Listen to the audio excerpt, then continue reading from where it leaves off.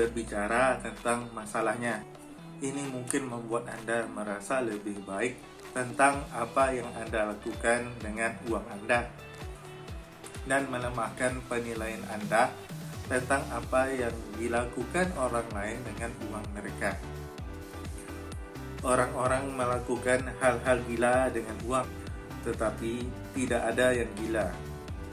Orang-orang dari generasi yang berbeda dibesarkan oleh orang tua yang berbeda, mendapatkan pendapatan yang berbeda dan memiliki nilai yang berbeda, dilahirkan dalam ekonomi yang berbeda di berbagai belahan dunia,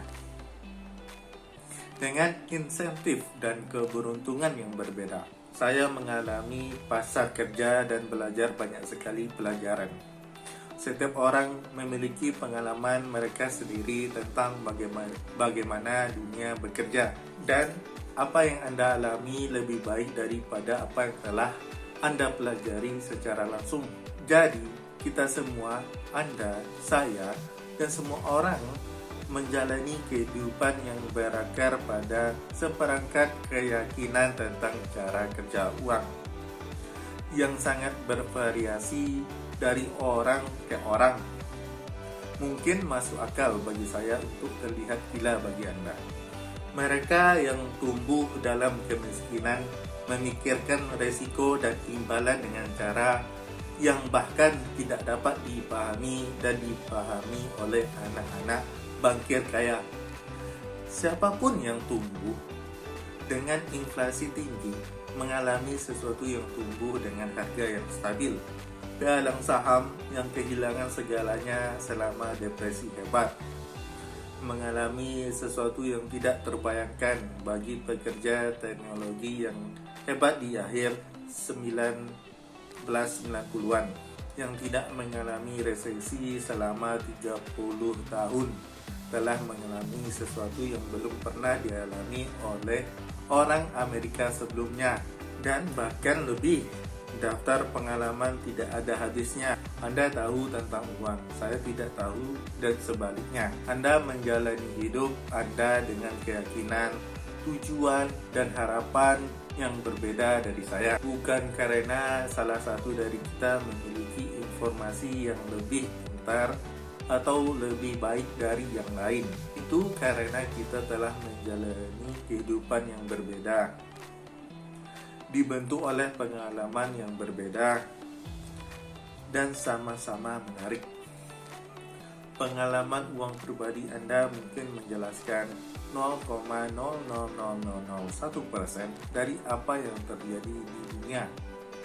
Oleh karena itu, orang yang sama bijaksananya dapat menyepakati bagaimana dan mengapa resesi akan terjadi, bagaimana menginvestasikan uang Anda, apa yang harus diprioritaskan, seberapa besar risiko yang diambil, dan sebagainya. Frederick Lewis Allen menulis dalam sebuah buku tentang Amerika pada 1930-an bahwa depresi hebat melukai jutaan orang Amerika selama sisa hidupnya. Tapi saya punya banyak pengalaman.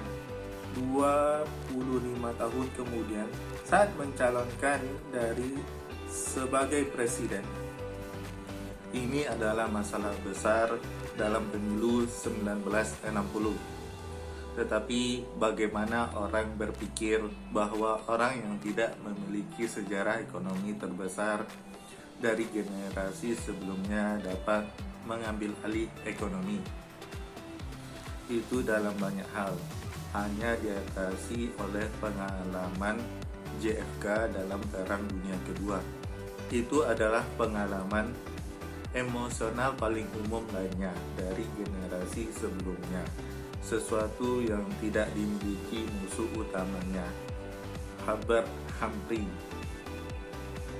Tantangan bagi kami adalah bahwa tidak ada penelitian atau pikiran terbuka yang dapat benar-benar mendapatkan kembali kekuatan dan ketidakpastian.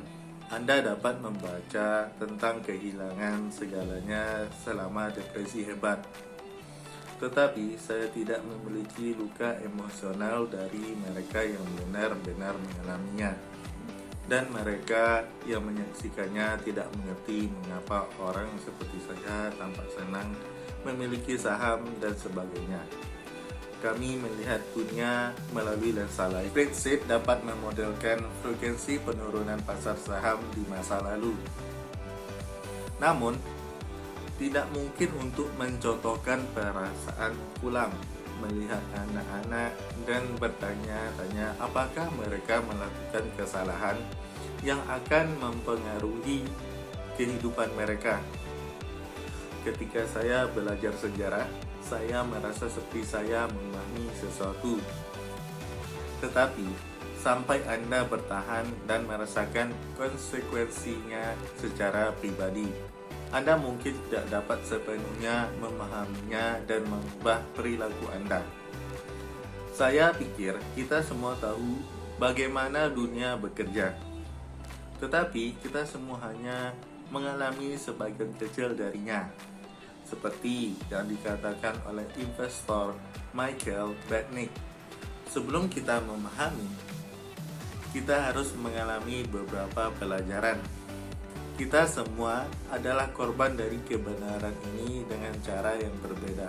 Pada tahun 2006, Ekonomi Biro Riset Ekonomi Nasional Ulrike Malmendier dan Stephen Nagel meneliti survei keuangan konsumen selama 50 tahun.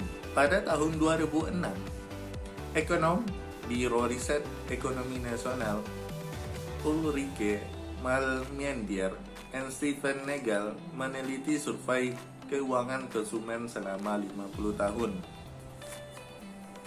Pada tahun 2006, Biro Riset Ekonomi Nasional US Ulrike Malmendier dan Stephen Nagel meneliti survei keuangan konsumen selama 50 tahun.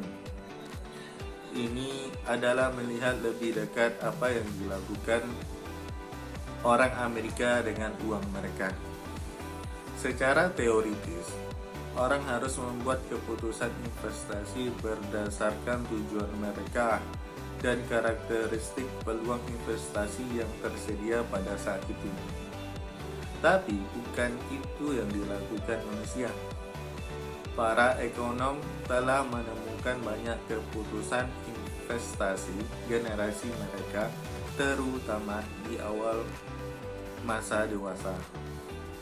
Jika Anda tumbuh di era inflasi tinggi, Anda akan menghabiskan lebih sedikit uang untuk obligasi di kemudian hari dibandingkan orang yang tumbuh di era inflasi rendah.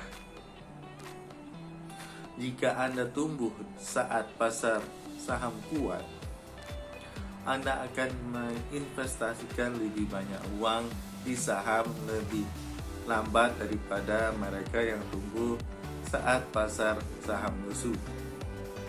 Ekonom menulis, hasil kami menunjukkan bahwa kebutuhan risiko investor individu bergantung pada sejarah pribadi mereka. Ini bukan kecerdasan, pendidikan, atau kecanggihan. Hanya keberuntungan kapan dan di mana Anda dilahirkan. The Financial Times mewawancarai manajer pendapatan tetap terkenal Bill Gross pada tahun 2019.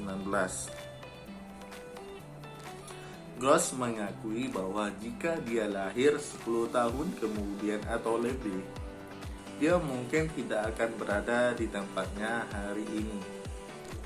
Ini bukan kecerdasan, pendidikan, atau kecanggihan.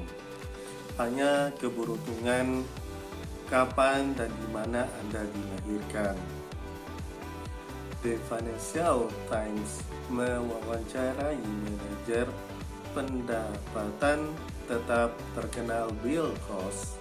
Gross mengakui bahwa jika dia lahir 10 tahun kemudian atau lebih, dia mungkin tidak akan berada di tempatnya hari ini. Ini bukan kecerdasan, pendidikan, atau kecanggihan. hanya keberuntungan kapan dan di mana Anda dilahirkan. The Financial Times mewawancarai manajer pendapatan tetap terkenal di Bill Gross pada tahun 2019. Gross mengakui bahwa jika dia lahir 10 tahun kemudian atau lebih, dia mungkin tidak akan berada di tempatnya hari ini, tulis artikel itu. Karir Gross hampir persis sejalan dengan jatuhnya generasi suku bunga yang membantu harga obligasi. Itu tidak hanya mempengaruhi peluang yang Anda temui.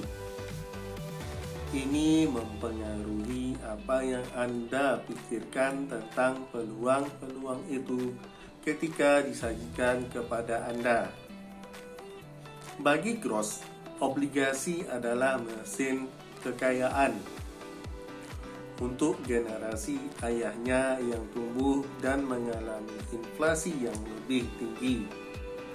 Mereka dapat dilihat sebagai pembakar kekayaan. Perbedaan cara orang mengalami uang tidaklah kecil, bahkan di antara mereka yang mungkin Anda anggap sangat mirip. Membuat Stock lahir pada tahun 1970, S&P 500 meningkat hampir 10 kali lipat antara remaja dan 20-an, disesuaikan dengan inflasi. Itu pengembalian yang luar biasa. Jika Anda lahir di tahun 1950-an, pasar benar-benar pergi kemana-mana di usia remaja dan 20-an. Tetapi inflasi yang disesuaikan kelompok orang yang dipisahkan oleh kebetulan tahun kelahiran menjalani hidup mereka dengan cara yang sama sekali berbeda dalam melihat bagaimana pasar saham bekerja. Atau inflasi lahir di Amerika Serikat pada tahun 1960-an, inflasi lebih dari 3 kali lipat harga antara remaja dan 20-an yang telah memperoleh dasar pengetahuan tentang cara kerja ekonomi. Mereka ingat saluran gas dan gaji yang tumbuh jauh lebih sedikit dari sebelumnya. Tetapi jika Anda lahir pada tahun 1990, inflasi sangat rendah sepanjang hidup Anda, sehingga Anda tidak mungkin pernah memikirkannya. Tingkat pengangguran nasional di Amerika Serikat pada bulan November 2009 adalah sekitar 10%.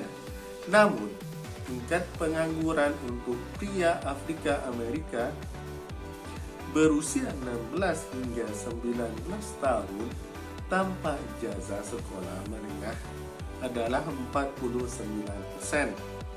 Untuk wanita kulit putih di atas 45 dengan gelar sarjana, angka ini adalah 4%. Pasar saham lokal di Jerman dan Jepang dihancurkan selama Perang Dunia Kedua. Seluruh area dibom. Pada akhir Perang Pertanian, Jerman telah menghasilkan seluruh area dibom. Pada akhir Perang Pertanian, Jerman telah menghasilkan makanan yang cukup untuk memberi warga negara itu 1000 kalori sehari. Bandingkan dengan Amerika Serikat, di mana pasar saham meningkat lebih dari 2 kali lipat antara tahun 1941 dan akhir 1945, dan ekonominya adalah yang terkuat dalam hampir 20 tahun. Anggota kelompok ini seharusnya tidak berharap untuk menghabiskan sisa hidup mereka dengan gagasan inflasi yang sama. Anggota kelompok ini seharusnya tidak berharap untuk menghabiskan sisa hidup mereka dengan gagasan inflasi yang sama, atau pasar saham, atau pengangguran, atau umumnya uang. Anda seharusnya tidak mengharapkan mereka untuk menanggapi informasi keuangan juga. Tidak seorang pun boleh berasumsi bahwa mereka akan terpengaruh oleh insentif yang sama. Anda seharusnya tidak mengharapkan mereka untuk mempercayai sumber nasihat yang sama. Anda seharusnya tidak mengharapkan mereka untuk menyetujui apa yang penting, apa yang berharga, apa yang mungkin terjadi selanjutnya, dan apa cara terbaik untuk melakukannya. Pandangan mereka tentang uang terbentuk di dunia yang berbeda. Dalam hal ini, pandangan tentang uang yang dianggap konyol oleh suatu kelompok orang mungkin sangat masuk akal bagi kelompok lain. Beberapa tahun yang lalu, New York Times menerbitkan sebuah artikel tentang kondisi kerja Foxconn, bahkan penyebaran utang konsumen, hipotek, bahkan penyebaran utang konsumtif, kartu kredit mobil tidak meningkat setelah Perang Dunia Kedua, sampai undang-undang GI memudahkan jutaan orang Amerika untuk berjam. Anjing dijinakkan 10.000 tahun yang lalu dan masih mempertahankan perilaku leluhur liar mereka. Tapi di sini kami memiliki 20 sampai 50 tahun pengalaman dalam sistem keuangan modern dan ingin sepenuhnya menyesuaikan diri. Ini adalah masalah untuk mata pelajaran yang sangat dipengaruhi oleh emosi versus fakta, dan itu membantu menjelaskan mengapa kita tidak selalu melakukan apa yang seharusnya kita lakukan dengan uang. Kami semua relatif tidak terbiasa dengan permainan ini, jadi kami melakukan hal-hal gila dengan uang. Apa yang terlihat gila bagi Anda mungkin masuk akal bagi saya, tapi tidak semua orang tergila-gila padanya. Kita semua membuat keputusan berdasarkan pengalaman kita sendiri yang berarti bagi kita setiap saat. Sekarang mari kita berbicara tentang bagaimana Bill Gates menjadi kaya.